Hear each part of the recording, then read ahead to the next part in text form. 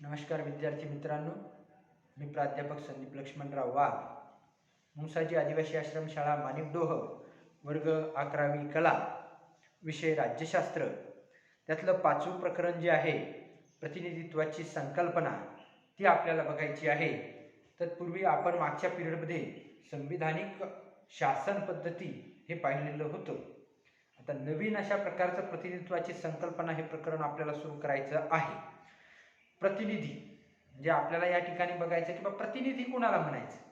आता लोकशाही व्यवस्थेमध्ये प्रतिनिधीला खूप महत्त्व आहे, कारण लोकशाही व्यवस्था जी आहे त्यामध्ये प्रतिनिधी जो असतो, आपण आता बऱ्याच वेळेस ऐकत असतो की संसदेचे सदस्य म्हणजे लोकसभेचे असेल, राज्यसभेचे सदस्य असतील, त्याचप्रमाणे विधानसभेचे सदस्य आहे, विधान परिषदेचे सदस्य आहेत.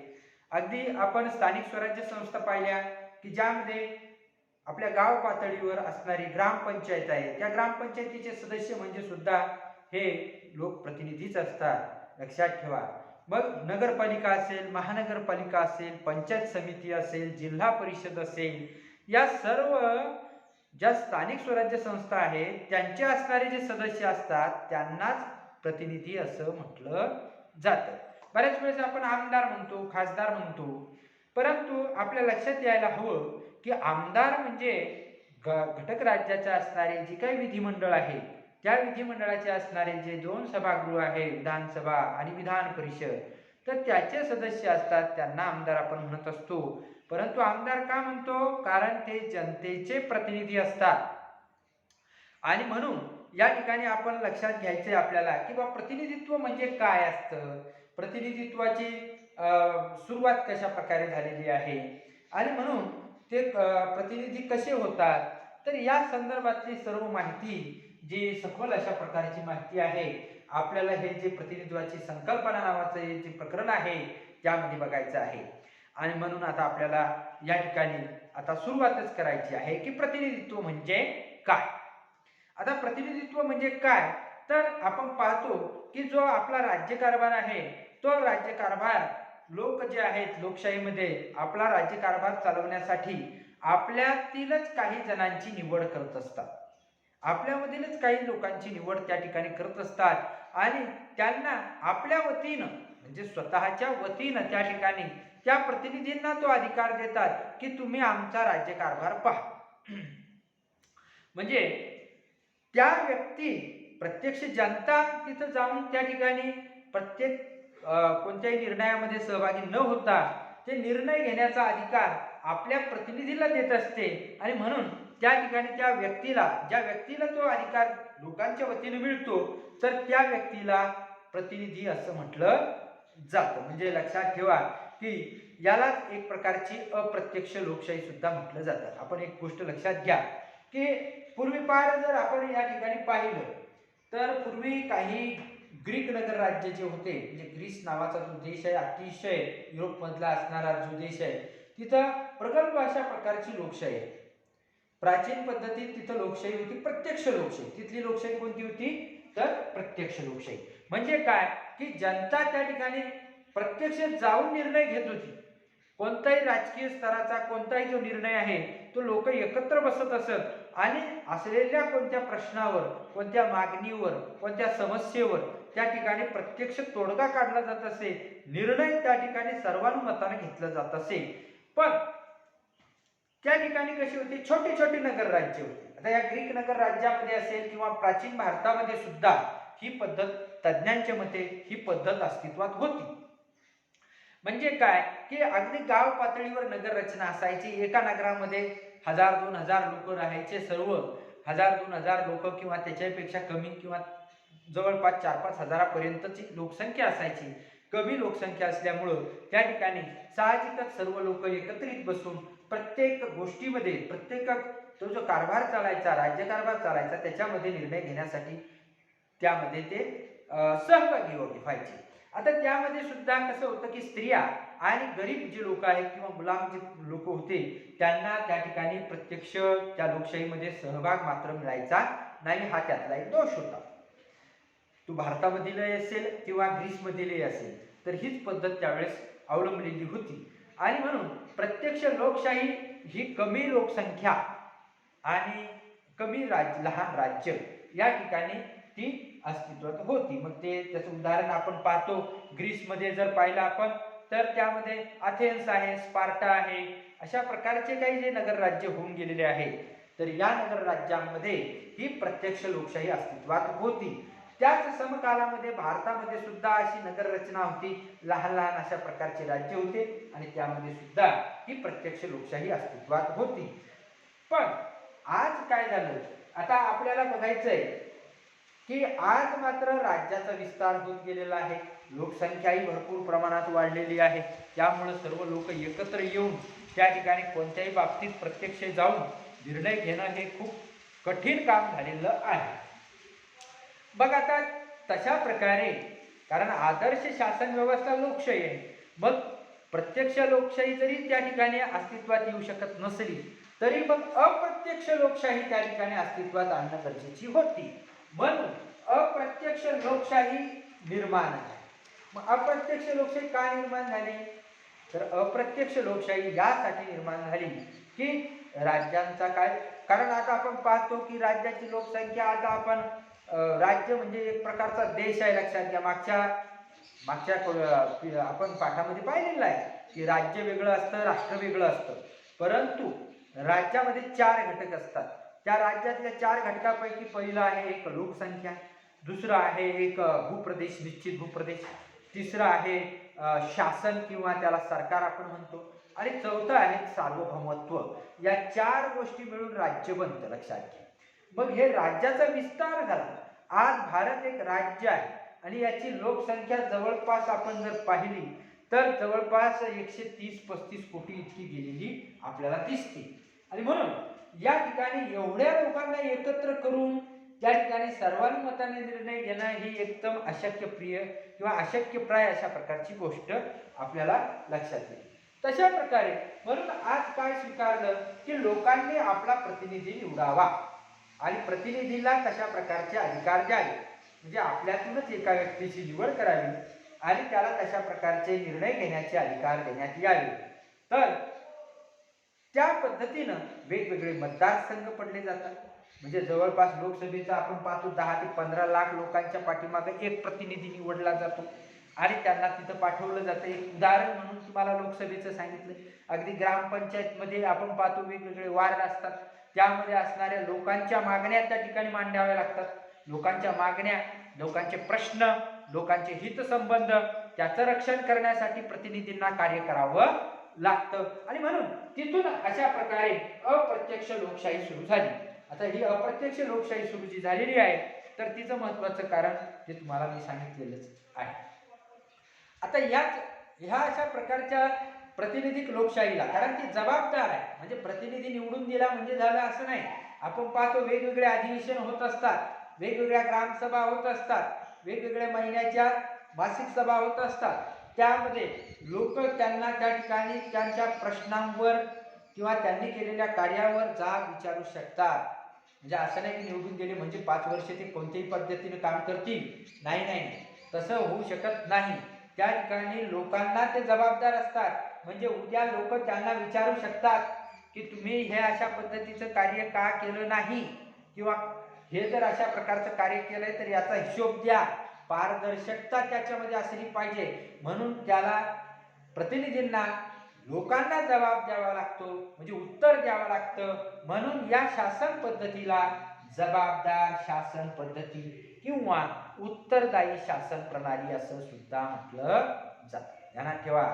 म्हणजे हे काही राजासारखं नाही की राजा म्हणून त्या पद्धतीनं वागायचं आणि जनतेनं फक्त सहन करायचं, नाही. तर या ठिकाणी शासन हे जबाबदार त्यातून निर्माण होत असतं. लोकशाही मध्ये जबाबदार शासन पद्धती ही खूप महत्वाची आहे आणि ती या प्रतिनिधित्वामुळे निश्चितच या ठिकाणी लोकांच्या उपयोगाची ठरते. आता हे जे काही आज निर्माण झालेली प्रतिनिधित्वाची पद्धत आहे ही एकदम सिद्ध झालेली नाही, लक्षात घ्या. ही हळूहळू झिरपत आलेली आहे.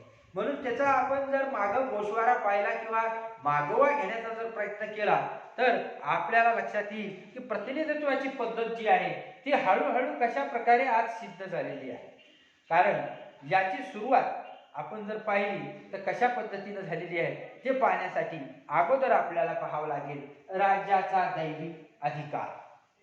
राज्याचा दैवी अधिकार लक्षात घ्या. म्हणजे आता राज्याचा म्हणजे एक प्रकारच्या राजाचा दैवी अधिकार त्याला आपल्याला म्हणता येईल. आपण बऱ्याच वेळेस गोष्टी ऐकत असतो. एक होता राजा, त्याच्या 2 राण्या होत्या, तो असा होता, तो तसा होता, तो लहरी होता, त्याला मग असं केलं, याला जेलमध्ये टाकलं, त्याला तुरुंगात टाकलं.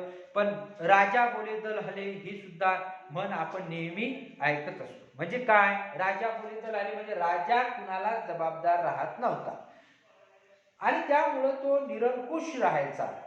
त्या ठिकाणी कोणाचंच नियंत्रण त्यांच्यावर त्या राजावर राहायचं नाही. म्हणजे तो एककल्ली राहायचा, लहरी राहायचा.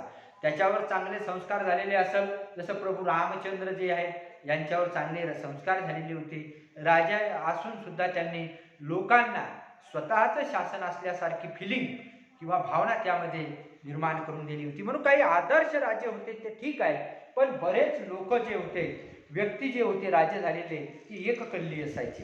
आणि म्हणून त्या ठिकाणी त्यांना असं वाटायचं की राजा म्हणजे हा निरंकुश आहे. त्याला कोणत्याच प्रकारची म्हणजे अमर्याद सत्ता, त्याला वाटेल ते निर्णय तो घेईल.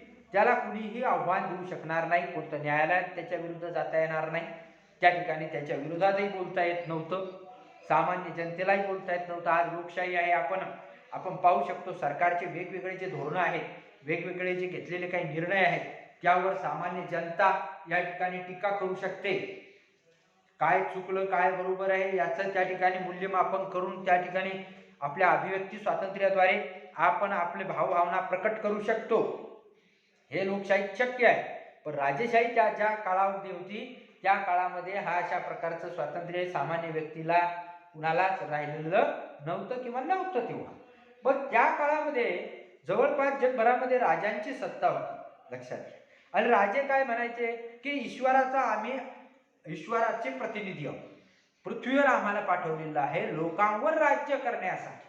कशासाठी पाठवलं की या ठिकाणच्या लोकांवर राज्य करण्यासाठी ईश्वराने म्हणजे देवाने आम्हाला या ठिकाणी पाठवलेलं आहे. तो आमचा अधिकार आहे. आणि लोकांनाही ते खरंच वाटायचं. म्हणजे राजाला तर ते वाटायचंच, पण ज्या लोकांवर ते त्या पद्धतीनं राज्य करायचे, लोकांना सुद्धा तो जो राजा आहे तो राजा या ठिकाणी ईश्वराचा अवतार किंवा ईश्वराचा प्रतिनिधी म्हणून त्या ठिकाणी वाटत असे. आणि म्हणून त्या ठिकाणी लोकांवर राज्य करण्याचा मला अधिकार आहे असं ते सांगायचे आणि तशा पद्धतीनं राज्य करायचे. पण काय झालं, हळूहळू राज्य चालवणं खूप खर्चिक होत गेलं. खर्चिक झालं कारण पैसा लागतो, मोठ्या प्रमाणात पैसा लागतो राज्य करायचं असेल आणि सुव्यवस्था राखायची असेल तर ठीक आहे. कुठेही आजही लोकशाहीमध्ये काय बिना पैशाचा राज्यकारभार चालू शकत नाही. पैसा सरकारला अगोदर जनतेकडूनच गोळा करावा लागतो आणि तो विविध रूपातून, विविध करांच्या रूपातून होता. अगोदर धनधान्य गोळा करायचे, धान्याच्या स्वरूपात कर गोळा करायचे. राज्याच्या गरजाही कमी होत्या, पण राज्याच्या गरजा जशा वाढत गेल्या, खर्च तसा वाढत गेला आणि मग राजाला पैशाची चणचण भासायला लागली. मग आणखी वेगळे कर लादण्यासाठी लोकांची मान्यता असली पाहिजे. लोकांतूनच त्या ठिकाणी, कारण राज्य वाढत गेलं, लोकही वाढत गेले, म्हणून प्रत्येक ठिकाणी राजा आणि राज्यकारभार पुरेनासा झाला. म्हणून त्यांनी काय केलं की कर गोळा करण्यासाठी म्हणून लोकांकडूनच त्या ठिकाणी प्रतिनिधी निवडून आणण्याची पद्धत सुरू केली. मग अमक्या भागातून तुम्ही तुमचा एक प्रतिनिधी आमच्या राजधानीत पाठवा. कशासाठी पाठवायचा, तर त्या ठिकाणी तो प्रतिनिधी येऊन जे असणारे आपले कराचे प्रस्ताव आहे, म्हणजे वेगवेगळे जे कर लादायचे होते ना, जनतेवर कर लादायचे होते, ते करांचे प्रस्ताव संमत करण्यासाठी म्हणून त्या वेगवेगळ्या भागातून निवडून दिलेले जे काही व्यक्ती आहेत ते राजधानीत बोलवले आणि त्या राजधानीत विविध भागातून आलेल्या लोकांनी निवडून दिलेल्या व्यक्ती एकत्रित बसवल्या, त्यांची सभा घेतली आणि सभेमध्ये त्या तशा प्रकारच्या सभांमध्ये वेगवेगळ्या करांचे प्रस्ताव त्या ठिकाणी मंजूर करण्यात आले. लक्षात ठेवा, हे वेगवेगळे लोकांनी म्हणजे या ठिकाणी जे एकत्रित येऊन ती जी सभा घेतली ती होती प्रतिनिधींची सभा. अशा प्रकारची सुरुवात युरोपमध्ये झालेली आपल्याला आढळते. युरोपमध्ये ह्या अशा मध्ययुगीन कालामधील युरोपमध्ये ह्या अशा पद्धतीनं मग ह्या प्रतिनिधी सभा सुरू झाल्या. त्या प्रतिनिधी सभा करांचे जे काही प्रस्ताव असतील ते संमत त्या ठिकाणी करू लागल्या आणि राजाला या ठिकाणी सहजासहजी म्हणजे सहजपणानं जास्त कष्ट न करता कर मिळायला लागला. आणि त्यातून मग खऱ्या अर्थानं प्रतिनिधी सभा ही उत्पन्न झालेली आपल्याला दिसते. युनायटेड किंगडम इथली जी असणारी हाऊस ऑफ कॉमन्स आहे ती हाऊस ऑफ कॉमन्स म्हणजे एक प्रकारची आपली लोकसभा जशी आहे तशा प्रकारची लोकसभा असणारी त्यांची हाऊस ऑफ कॉमन्स ही जी प्रतिनिधी सभा आहे ती अगदी प्राचीन अशा प्रकारची पूर्वीपार चालत आलेली अशा प्रकारची प्रतिनिधी सभा याचं उदाहरण म्हणून आपल्याला सांगता येईल. आणि तशा प्रकारे निर्माण झाली प्रतिनिधी सभा. म्हणजे आपण इथं आपलं पाहिलं की प्रतिनिधित्व म्हणजे काय, प्रत्यक्ष लोकशाही, अप्रत्यक्ष लोकशाही, राजाचा दैवी अधिकार, ह्या गोष्टी आपण इथं पाहिल्या. आता आपल्याला बघायचं आहे की प्रतिनिधी सभा काय काम करते, कशा पद्धतीनं तिनं काम सुरू केलं, इथं आपल्याला लक्षात घेता येईल. आता राजांनी बोलवलं, प्रतिनिधी सभा सुरू झाली. प्रतिनिधी सभा करांचे जे काही वेगवेगळे प्रस्ताव आहेत ते संमत करायला लागली. पण त्यातून राजा आणि प्रतिनिधी सभा यांच्यामध्ये काही गोष्टी खटकायला लागल्या, काही संघर्ष व्हायला लागला. का? कारण त्या ठिकाणी प्रतिनिधी सभा जी होती या प्रतिनिधी सभेनं मागणी केली की आम्हाला तुम्ही फक्त करांचेच प्रस्ताव मंजूर करायला लावता, पण जे निर्णय तुम्ही घेता त्याच्यामध्ये आम्हाला सहभागी करा. म्हणजे पहा, राजाची जी एक प्रकारची निरंकुश सत्ता आहे त्याला मिळालं आव्हान. आणि त्या आव्हानामधून इथं लक्षात आलं की आता राजानं आपल्या निर्णय प्रक्रियेमध्ये जनतेच्या प्रतिनिधींना सुद्धा सहभागी करून घेतलं पाहिजे. कारण जनतेची असणारी प्रतिनिधी सभा हळूहळू आपल्या आकांक्षा मांडायला लागली, लोकांच्या आकांक्षा त्या ठिकाणी मांडायला लागली की तुम्ही जे निर्णय घेता हे तुमच्या फक्त राजेशाही पुरते किंवा तुमच्या स्वतःच्या राज्यापुरते, म्हणजे राज्याचे जरी हे लोक असले तरी लोकांच्या फायद्यापेक्षा राजाचाच फायदा जास्त होता, तुमचा स्वार्थ जास्त होता, आणि म्हणून तुम्ही निर्णय प्रक्रियेमध्ये आम्हाला सहभागी करा, ही मागणी प्रतिनिधी सभेची वाढायला लागली. म्हणजे इथून पुढं प्रतिनिधी सभा जास्त प्रमाणात आपले महत्वाकांक्षी पाय पसरायला लागले. आणि मग त्यांनी मागणी केली की आम्हाला निर्णय प्रक्रियेत सहभागी करा. परंतु साहजिकच मागणी केली म्हणजे मागणी पूर्ण होते का? नाही. आणि म्हणून प्रतिनिधी सभा आणि राजा म्हणजे जे राजे होते आणि त्यांच्या दरबारामध्ये किंवा त्यांच्या सभेमध्ये असणारी जी प्रतिनिधी सभा होती त्यांच्यामध्ये खटके उडायला लागले, संघर्ष व्हायला लागला. आणि त्यातूनच मग आपण पाहतो अगदी 1640 मध्ये युरोपमध्ये 1640 मध्ये काय झालं तर यादवी युद्ध इंग्लंडमध्ये सुरू झालं. आणि त्यातून यादवी युद्ध सुरू झालं ते एक अशा अनेक देश, युरोपमधले अशा अनेक प्रकारचे देश आहेत की ज्या देशांमध्ये राजा आणि प्रतिनिधी सभा यांच्यामध्ये संघर्ष सुरू झाला. आणि त्या संघर्षामधून आपण पाहतो की संघर्षामधून मग 1640चं इंग्लंडचं असणारं यादवी युद्ध असेल किंवा 1789 मध्ये झालेली फ्रेंचमध्ये असणारं युद्ध असेल, ज्याला आपण फ्रेंचची राज्यक्रांती म्हणतो, तर ह्या अशा काही घटना घडल्या की त्या घटनेमुळं राजांच्या अधिकारांवर मर्यादा आली. आणि त्यातूनच आपण पाहतो की इंग्लंडमध्ये त्या ठिकाणी संविधानिक राजेशाहीकडे त्या इंग्लंडची वाटचाल सुरू झाली. आणि त्या 1789ची असणारी झालेली जी काही फ्रेंचमधली राज्यक्रांती आहे त्यातून फ्रान्स हा पुढच्या काही दिवसांमध्ये हा प्रजासत्ताक झाला, हे त्याची फलश्रुती आहे, लक्षात. आणि त्या संघर्षामुळं राजांचे अधिकार कमी कमी होत गेले. म्हणून इंग्लंडला आपण काय म्हणतो की आधुनिक जी लोकशाही आहे या आधुनिक लोकशाहीची जननी इंग्लंडला म्हटलं जातं. कारण हळूहळू वेगवेगळ्या टप्प्यातून या प्रतिनिधी सभेनं आपल्याकडे अधिकार जास्त घेतले, राजाचे अधिकार कमी कमी करत गेले. आणि आज आपण जे पाहतोय तर त्या इंग्लंडमधील राजाचे अधिकार अगदी नाममात्र झालेले आहेत. कोणत्याच प्रकारचे विशेष अधिकार त्यांना राहिलेले नाही, ते फक्त एक नामधारी अशा प्रकारचे प्रमुख झालेले आहेत. सर्व जे अधिकार आहेत त्यांच्या संसदेला मिळालेले आहे. तर तशा पद्धतीनं हळूहळू तिथली राजेशाही कमी कमी होत गेली आणि संविधानिक राजेशाही तिथे निर्माण होत गेली. नंतर काय झालं की राजेशाहीचा मग पराभव व्हायला लागला किंवा पराभव झाला. राजेशाहीचा पराभव झाला. प्रतिनिधी सभा त्या ठिकाणी वरचढ ठरली. लोकांची, जनतेच्या मागण्या तिथं मांडणारी. कारण आपण ज्या लोकांना निवडून देतो तर त्या लोकांना त्या ठिकाणी 5 वर्ष किंवा जो काही कालावधी असतो त्या कालावधीमध्ये जनतेच्या मागण्या आहेत, जनतेचे प्रश्न आहेत, जनतेचे हितसंबंध आहेत, यावर कार्य करावं लागतं. यावर त्यांना त्या ठिकाणी जनतेचे हितसंबंधाचं रक्षण करावं लागतं. जनतेच्या इच्छा आकांक्षा तिथं मांडाव्या लागतात आणि लोकांचं हित किंवा लोककल्याणकारी योजना राबवून प्रतिनिधींना लोकांच्या हिताचं रक्षण करावं लागतं. त्यासाठी प्रतिनिधी आपण 5 वर्षांनी पाठवतो.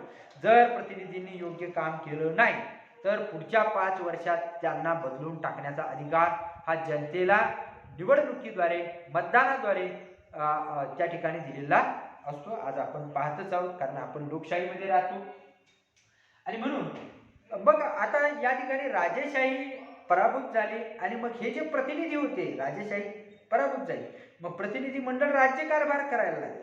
मग या राज्यकारभार करणाऱ्या या प्रतिनिधी मंडळाला राजकीय प्रतिनिधी असं म्हटलं गेलं. काय म्हटलं गेलं? राजकीय प्रतिनिधी. नुसते प्रतिनिधी नाही तर राजकीय प्रतिनिधी म्हणून त्यांना त्या ठिकाणी निवडलं गेलं. आणि आपण जो उल्लेख केलेला होता की प्रतिनिधी सभा, तर त्या प्रतिनिधी सभांमध्ये मग आज आपण आपल्या प्रतिनिधी सभा पाहूया. आपली जी प्रतिनिधी सभा आहे ती लोकसभा आहे, संसद ज्याला म्हणता येईल. आणि त्यामध्ये लोकांचं प्रतिनिधित्व त्या ठिकाणी केलं जातं आणि लोकांच्या म्हणून त्याला जनतेचं सभागृह किंवा जनतेचं प्रतिनिधित्व करणारं सभागृह सुद्धा म्हटलं जातं. मग अशा पद्धतीनं हळूहळू ही जी प्रतिनिधी सभा आहे तिचं स्वरूप बदलत गेलं.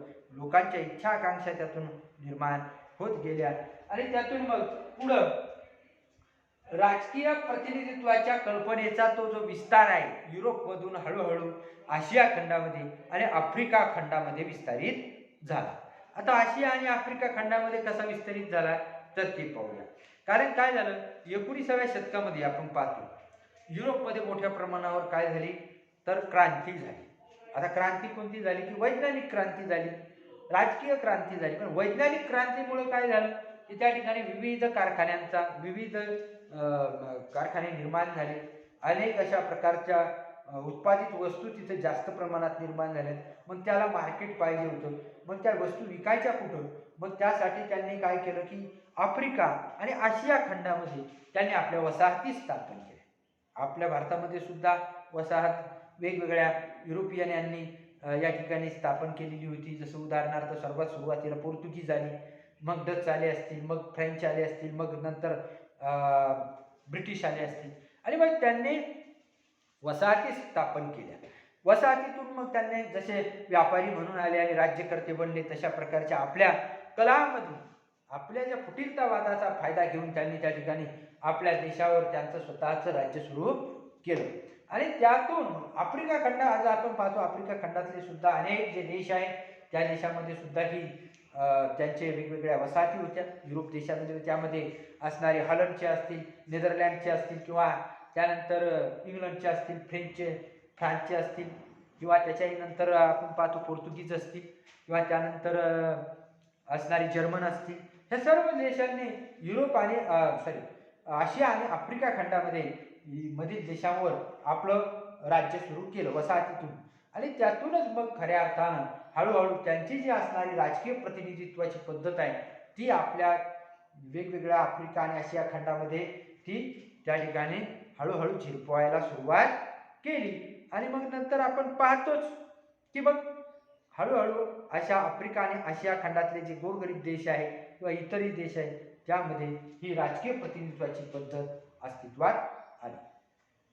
तर यानंतर भारतामध्ये याचा काय परिणाम झाला, भारतामध्ये कशा पद्धतीनं प्रतिनिधित्वाची संकल्पना रुजत गेली हे आपण पुढच्या पिरियडमध्ये पाहणार आहोत. तोपर्यंत मला रजा द्या.